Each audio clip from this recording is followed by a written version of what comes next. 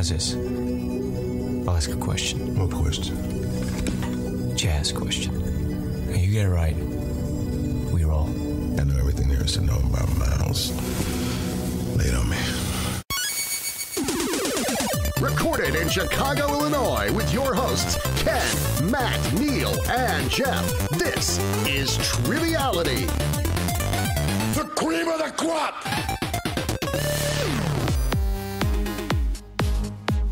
Hello and welcome to Triviality, the game where a lack of seriousness meets a little bit of knowledge. My name is Neal, and I am joined today in the studio just by Colleen. How's it going? Good. I like how just by. Thanks. Well, my girlfriend, Colleen. How are you doing? I'm good. How are you? Good. So Jeff and Ken are not here. They actually decided to take up a shift of garbage delivery, like Men at Work, the Charlie Sheen and Emilio Estevez movie. So they wanted to reenact that. So they're not here today, and unfortunately, Matt is getting a new OS, so he'll be back in a little while. But we are joined today by one of our listeners, a very special guest who reached out to be on a show about How I Met Your Mother, and that is Elli Streifer. How's it going? Hi, guys. Hi. Good, how are you? Good. Elli wrote in a great listener-submitted question on a recent episode, and we had talked about having her on a How I Met Your Mother episode with Colleen, where they would play against each other. We're going to have a special guest host come in and do it, but they were not able to make it. So Colleen and I wrote the questions, and we're going to give them to Elli in a true Lay It On Me format. So Elli, first tell us about yourself, where you're from, how you got into our show, and then we can get into How I Met Your Mother. Sure. So my name is Elli Streifer. I currently live in Rochester, New York. I am in my senior year at the Rochester Institute of Technology. I'm studying sign language interpreting. So as of next year, I'll be a sign language interpreter, which I'm very excited about. That's awesome. Oh, thanks. I found Triviality by Googling best trivia podcasts, and there it was. So, well, hey, if Google says it, I guess it must be true partly. So that's good. So thank you, Google. Yeah. I've listened through your entire back catalog, and here I am. Awesome. Well, yeah, we really appreciate you listening and finding us. We were a little worried about Google not telling people that we were around, so glad that's changed. So that's good. So Thank you. So I guess let's get the conversation started. How I Met Your Mother is one of Colleen's favorite shows. Before we get to LA, just tell people, I explain this to people all the time, but why do you watch it all the time? Well, you got me into it originally because I like to rewatch the same things over and over, and I'm really into shows that you kind of don't have to think and you can just enjoy them. So I got into this show. I work with special needs students, and I do theater at the high school that I work at. So it's really high intensity. So when I get home, I kind of just like to chill and do nothing and put this on. And it's just soothing because I know it so well and I know what's going to happen. And I don't know, there's something soothing about that. Well, it's like your love of Gilmore Girls too. Yeah. So Elli, what about you? How did you get into the show? I don't quite remember. I think one of my friends showed me the first episode, but she was like, just skip the first 3. Let's start on episode number 4. So I actually didn't watch the first ones until I went back and watched it for a second time.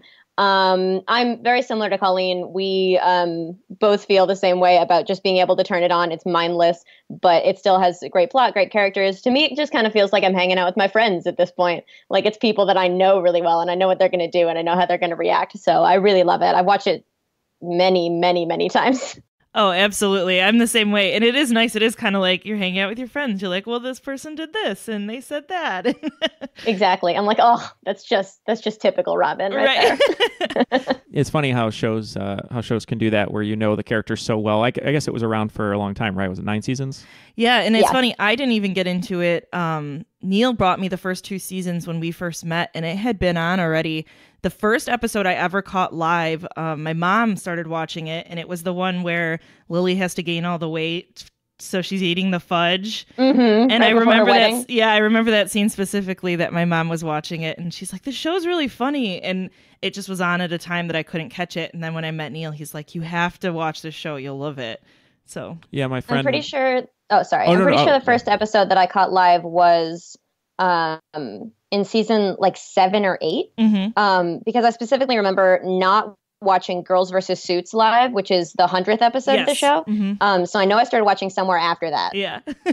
That's awesome. Yeah, my friend Joe and I used to suit up because he loved the show. And so we would go. It was so ridiculous, too, because we weren't like stockbrokers or anything, but we would put on nice suits and we'd go out and then we'd feel very uncomfortable that we're wearing suits at like normal dive bars, which is what McLaren's is basically. And so we would do that. And he loved the show. And I don't know if he got me into it. He might have, but I just remember I was a big fan of Neil Patrick Harris in Harold and Kumar, and so it's sort of a version of that character in How You Met Your Mother, I guess, just a little less dirty, but maybe not. So he was great, and I was like, oh, I got to check this show out. So it's been a great show to watch.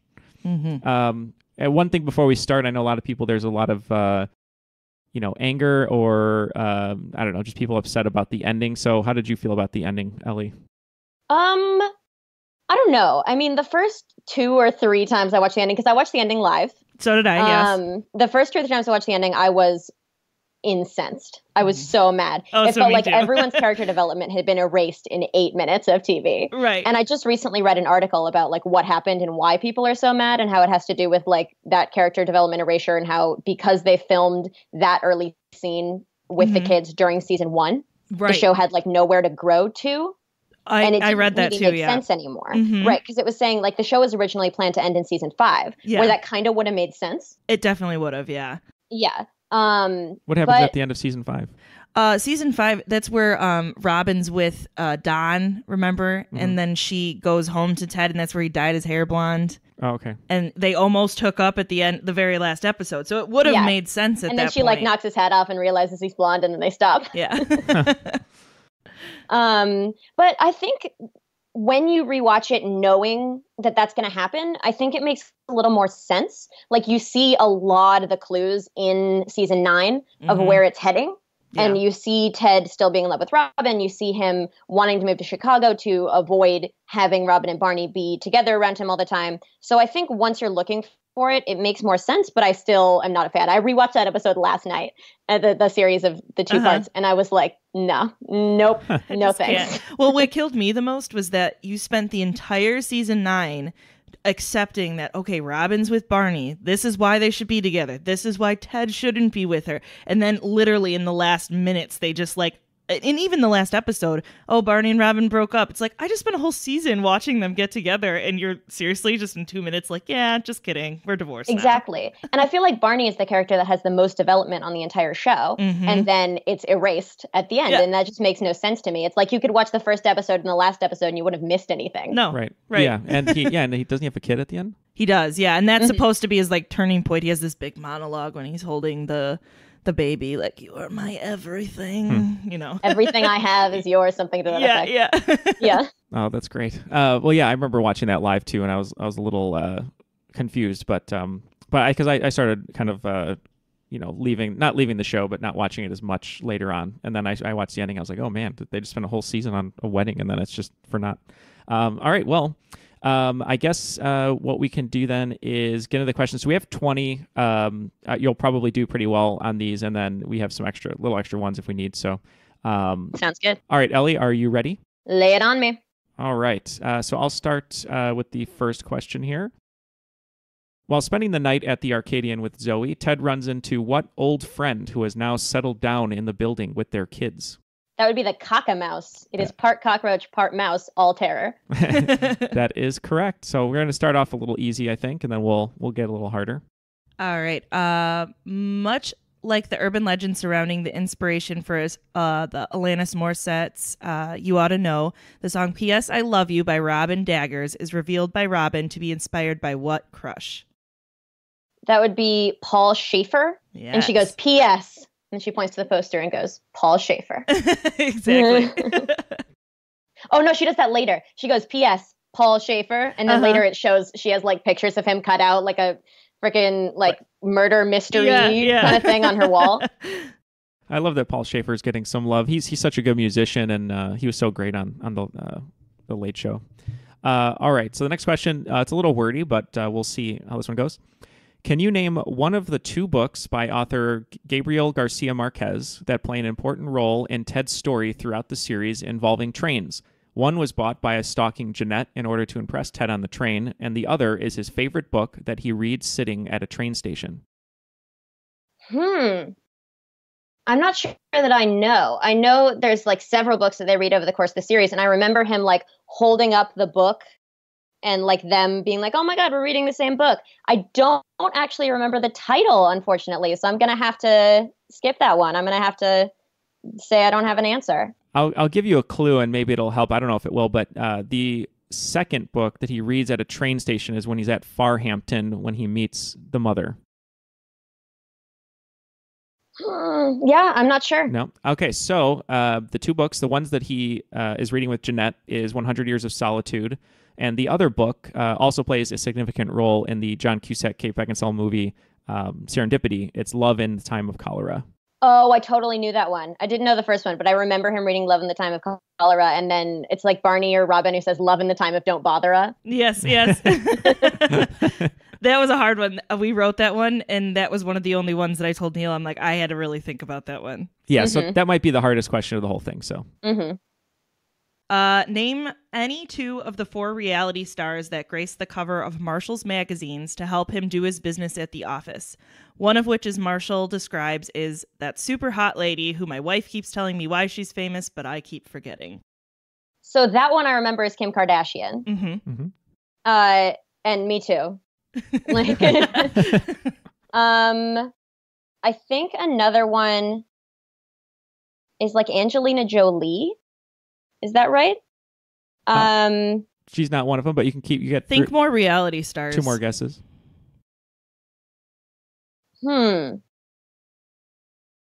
I'm trying to picture it. And that's the one that I specifically remember because they have like a conversation with each other. And she's like, you can go the distance. Yeah. Other than Kim Kardashian, I'm not sure that I remember. Yeah, sorry.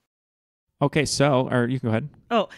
It's Heidi and Spencer from, oh my God, I'm blanking right now. The Hills. The Hills. Yeah. And then Kendra Wilkinson. From probably because I don't know who any of those people are. they're like That's obscure. Probably why I didn't recognize them. Yeah, they're more obscure reality stars for sure. All right, so this next one will be an easy one to get you back on the board here. Where does Ted propose to Stella, and what does he propose with? He proposes to her in an arcade, and he gets her a little orange stuffed animal, and it's an orange dinosaur or an orange dragon, I think. No, wait, hold on. Let me think. You are correct. It is orange. Yeah. Oh my goodness, I'm blanking. It's like all the pressure. I know this. Think about the wedding bride. They make a joke. Yes, orange kangaroo. Correct. Very good. Yeah, that's a hard pull sometimes because some of these details, and I know you guys watch the show together so much, but some of them, they don't like pay attention to it. So to be able to pull these are pretty hard. Orange kangaroo. Orange kangaroo is correct. And just for the record, for anyone, the arcade's name is Kitty Funland. All right. So next question. What is the Canuck-inspired name of Robin's childhood dog? That would be, I know this. Let me think for a second. And he didn't remember any of his old tricks because he turned into a turtle. Yes. It starts with an S. His nickname starts with an S. Sir Scratchy-One. Yes. Nice. Great pull. Sir Scratch-One is correct. All right. This one. I just want to preface this by saying that, so we wrote these questions in tandem with Jason Borsum of Liquid Courage Entertainment here locally in Illinois for a live game. So some of these are hard enough for teams to get. So, Elli, you're doing really great so far. All right. Next question. In season 1, Robin told co-anchor Sandy Rivers that she didn't date coworkers, despite the fact that in later seasons, she would go on to date what 2 newsmen? So she dates Dawn. Correct. And they host a show together. And then she does end up dating Sandy Rivers. I don't know if that's the answer you're looking for, but they do go on a couple of dates together. She brings him to the award show that she goes to. Is that the answer you're looking for? Is there? There's one more person, one more newsman. It's it's from one episode in season 4, if that helps. I'm trying to think. So she's on the morning show. Oh, it's the hockey guy from the episode when she's saying, "Don't ever date people you can't get away from." You're there. You're almost there. Yeah. and it's like his segment on the show. So she's like, let's bring it over to sports with, oh, I don't remember his name. Do I get points for the hockey guy? Yes, yeah, we'll give you points for the hockey guy. Was that your question, or that was mine? Sorry. So the answer is Kurt Irons. Right, Kurt the Iron Man Irons. Mm-hmm. Yep. See, well, yeah, you knew his name. You knew his nickname too, so that counts. Awesome. So let's keep going down. This one should be okay. Okay. Being the oldest couple, the couple with the most traditions, Marshall and Lily are the romantic core of the show. Can you name their song or the film that they watch every Valentine's Day? The film that they watch every Valentine's Day is Predator. Correct. And their song is not Hooked on a Feeling, Good Feeling. That's correct. I was going for like Hooked on a Feeling from Guardians of the Galaxy. No, it's Good Feeling by the Violent Femmes. That's correct. All right. This one's always been kind of funny for me. Barney mentions that he's in the credits of a porn film starring the other Ted Mosby, who is actually Steve Beale, a classmate of Ted's that he saved in 1984 from some 7th grade bullies. What is the full name of that porn film that Barney says he is credited in? He did some location scouting. That's correct. For the film. And it's Ted Mosby, Sex Architect. You're close. Keep thinking. You have the words there. They're just in a different order, and there's a character name in front of that. Steve Beale's new character name, because remember Ted didn't want his Lance name. Hardwood. There you go. So It's yeah, his new character name. So it's Sex Architect Ted Mosby starring Lance Hardwood. Yeah, that's acceptable. Yeah, so it's Lance Hardwood, Sex Architect starring Ted Mosby. Right. Yeah, a lot of names there. Great. Yep, that's points. Marshall and Ted both belong to a men's Midtown professionals basketball team relating to their profession. Can you name either of their teams? So Ted's is the T-Squares. Mm-hmm. Mm-hmm. That I know off the top of my head. That's points. And they get their basketball stolen from the Hebrew school next door. Yeah. Marshall's, I don't remember Marshall's. I know it's the lawyer group. Yep. I don't remember what it's called. It's called the Force Majeures.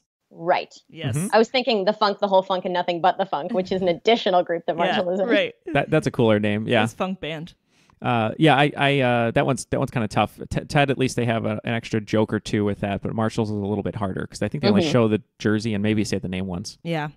All right, so this one has to do with Ted's favorite activity in the early seasons, which is the Halloween party. So while Ted is pining away for the slutty pumpkin during Halloween on his rooftop, his woes are serenaded by what a cappella group famous for their performance at the Spring Fling 95? The Shagger-Rats. That's correct. The Shagger Just Rats. as on pitch as they were then. And isn't it, it's the same actor who plays the Naked Man is also in the Shagger Rats, right? Yes. Mm-hmm. Yeah. Mm-hmm. So it's a fun little tidbit. All right. Next one. Robin's sister Katie Shavatsky and Barney's half-sister Carly Whitaker are not characters that stayed for the entire run of the series despite their lineage. That's probably due to the fact that both actresses who portrayed them co-star in the Freeform, formerly known as ABC Family show that catapulted their careers. I'm just thinking of Freeform shows that were on around that time. Mm-hmm. Because it was already Freeform at that point. It wasn't ABC Family anymore. No. It transitioned during the run of this show. It was on for a long time.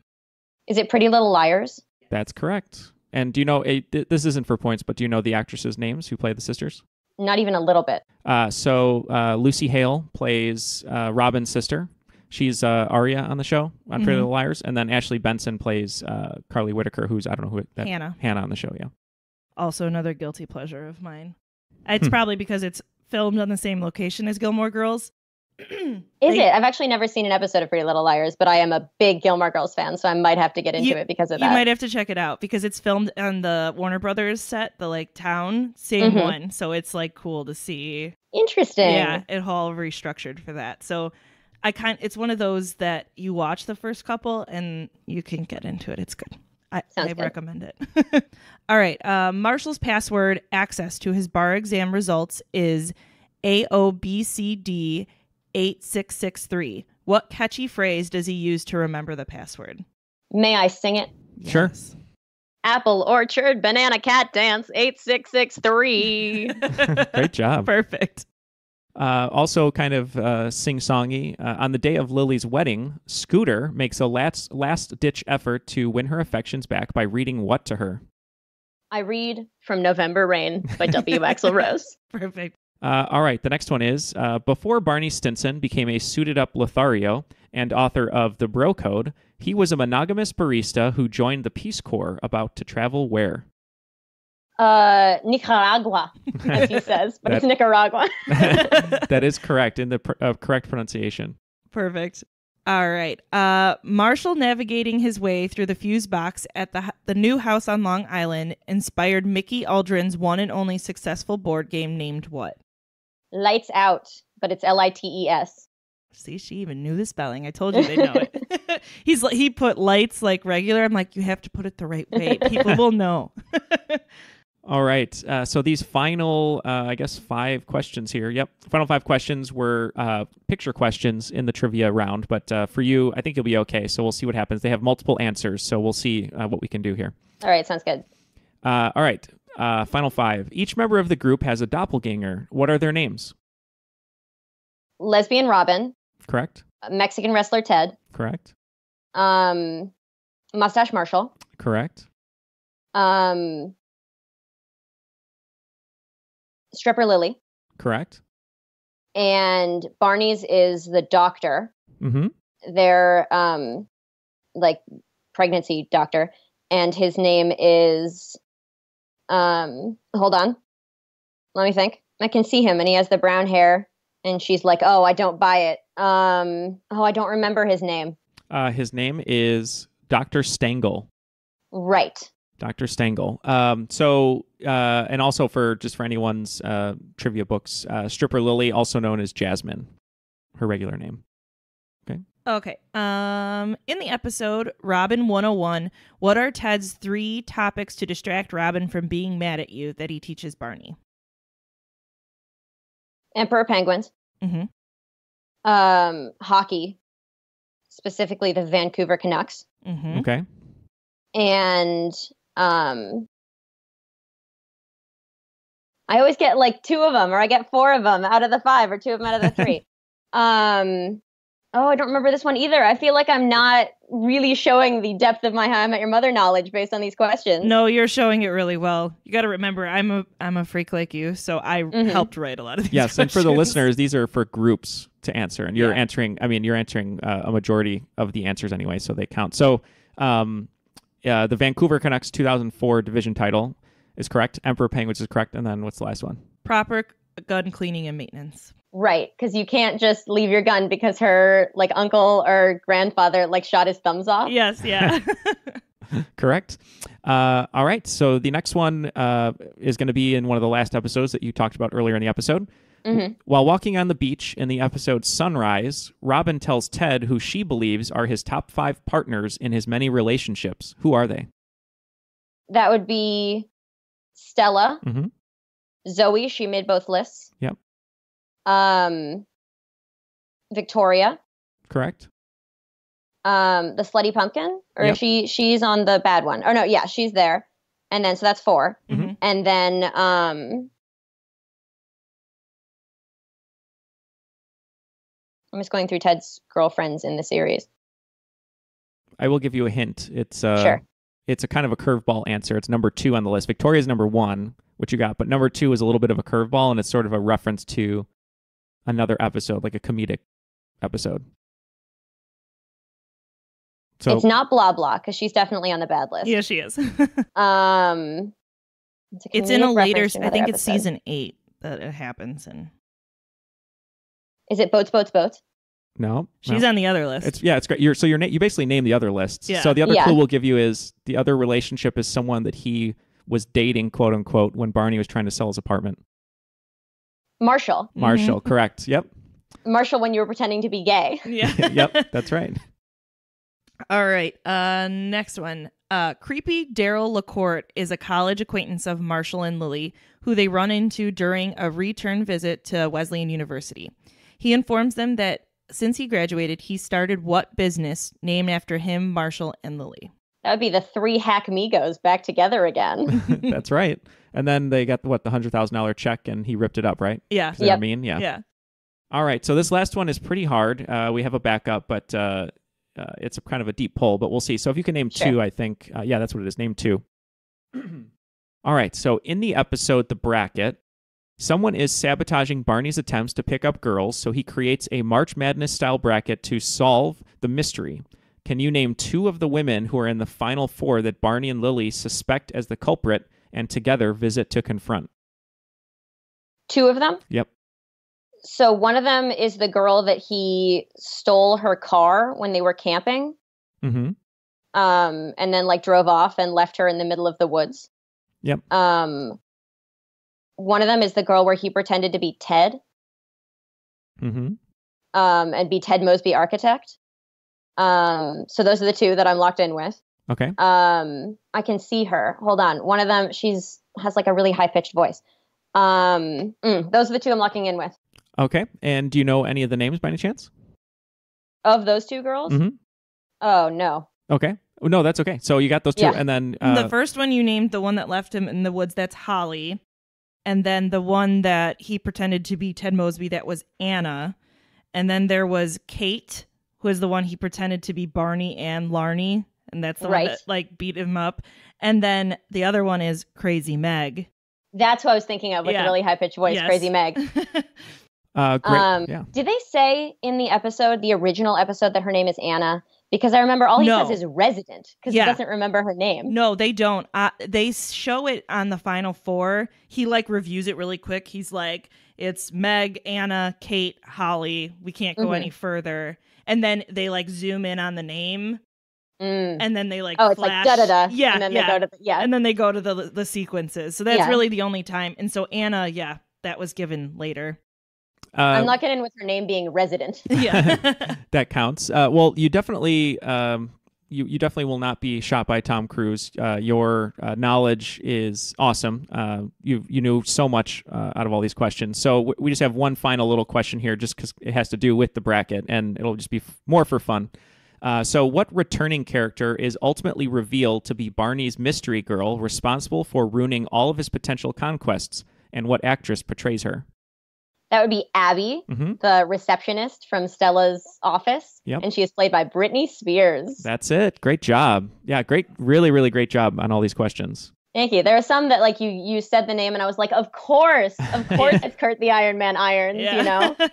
I know there's so many details in this show, or like any show, but to be able to pull a lot of those answers is really impressive, especially for me, because I know a lot about shows about like what actors are in them and things like that, but little details like this I could never pull. So, and my little like fun fact that I like to throw in is that many of the characters on the show are actually married to each other in real life. Oh yeah, that's totally. Like how Neil Patrick Harris's husband is Scooter, and Lily's husband is Sandy Rivers. And like I love that they're just like, we need an actor, you do it. Yeah, the husband who's just sitting at home. Well, and fun fact, Robin's husband, who is Gary Blauman in real life. Neil and we just went to LA and toured the Fox Studios, and we ran into him on the elevator. That's amazing. The elevator opened and he walked out, and we were like trying to be all cool and casual, and then he turned around. I was like, oh my God. Yeah, it was great. He the elevator door opened and he was like, hey guys, how's it going? So he was getting fitted for a show he's in right now. So yeah, it was great. We got a chance to see the set of How I Met Your Mother, the New York set, like the stoop and everything in McLaren. Well, it's funny. The guy touring us is like, I don't really know where it is. And Neil's like, don't worry, Colleen will know it when she sees it. We'll walk by it and she'll be like, that one. That is it. Exactly. Well, thank you so much for joining us today, Ellie. We really appreciate it. And we hope that school goes well for you. So it's one more semester or one more year? One more year. I'm in my first semester of my last year. Awesome. Nice. So one more year, and that should be great. I love that we can see the dorm room behind your apartment. Oh, yeah. Yeah. I actually live in Greek housing, so I'm in a sorority, and I live in the sorority house. But what sorority? I go to a tech nerd school, so our definition of sorority is very different. Yeah. We are comprised of the like 10 women that actually go to school here. Well, no, that's good. I mean, you guys should be, put up on the pedestal and be a poster child for the school. So most definitely. What's the sorority? Delta Phi Epsilon, D Phi E. Awesome. Well, thank you very much, and we'll have to have you on a regular episode if you want, or are you more specialized? You said you like. I think I'm more specialized, but like, I could have done the Friends one. So I'll think of another category that you guys haven't done for Lay It On Me yet. I feel like my trivia skills are just a bit underneath the normal triviality. So I could probably do it maybe with a partner. Okay. So we'll see. We'll see. We could also put the challenge out there. You and I can take on anyone if they think they can stump us on How I Met Your Mother. I'm so for that. Thrown. In my original email about coming on, I said I either want to work with you or against you. I love that. Yeah, so let's put out the challenge. If anyone wants to write, let's say 20 questions, Colleen and Ellie will be on a team, and then they can, or you could just, quiz them. So we'll see what happens. Yeah. Awesome. I would love that. All right. Well, thank you, Ellie, and have a good rest of the day in Rochester. Thank you to Colleen for joining me today. No problem. Yeah, we'll have to have you on again for another show, and we'll see if anyone wants to write questions for, I don't know, something else. But whoever, I know David Raffetto, you started Gilmore Girls because of Colleen, so let us know how you liked it. But for Colleen and Ellie, and for the other gentlemen who are working the garbage route and getting their OS updated, my name is Neil, and that was Triviality.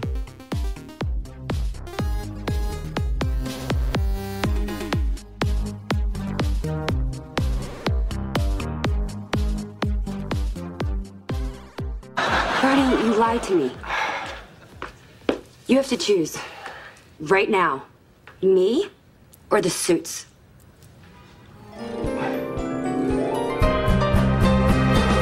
I know what you're thinking, what's Barney been drinking? That girl was smoking hot. Yes, I could have nailed her, but no, it's not a failure, cause there's one thing she is not. To score a 10 would be just fine, but I'd rather be dressed to the nines. It's a truth you can't refute. Nothing suits me like a suit. Picture a world where all the boys and girls are impeccably well dressed. That delivery guy in a jacket and tie, that puppy in a double breast, that 80s dude with mutton chops, that baby with a lollipop.